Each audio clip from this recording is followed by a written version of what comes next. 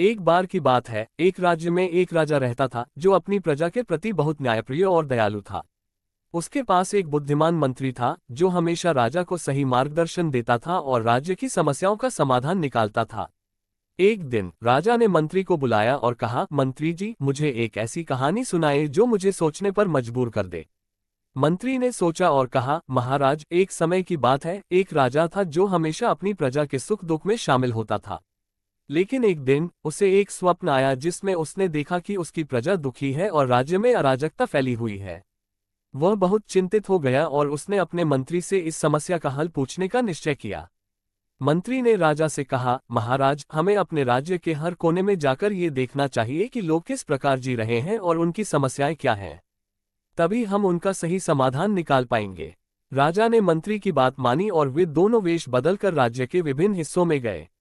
उन्होंने देखा कि कई जगह लोग भूख, गरीबी और अन्य समस्याओं से जूझ रहे थे। राजा को ये देखकर बहुत दुख हुआ और उन्होंने तुरंत वापस लौटकर राज्य की नीतियों में सुधार करने का निश्चय किया। राजा और मंत्री ने मिलकर नई योजनाएं बनाई जिससे राज्य में खुशहाली और समृद्धि आई। प्रजा फिर से खुशहाल हो गई और राज्य में शांति स्थापित हो गई।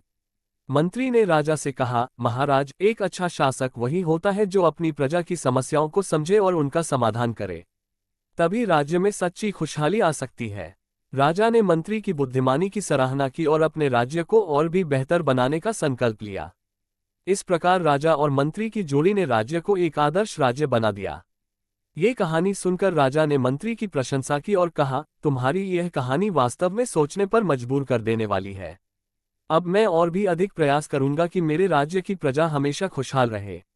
इस प्रकार राजा और मंत्री ने मिलकर अपने राज्य को एक आदर्श राज्य बना दिया, जहां हर कोई खुशहाल और संतुष्ट था।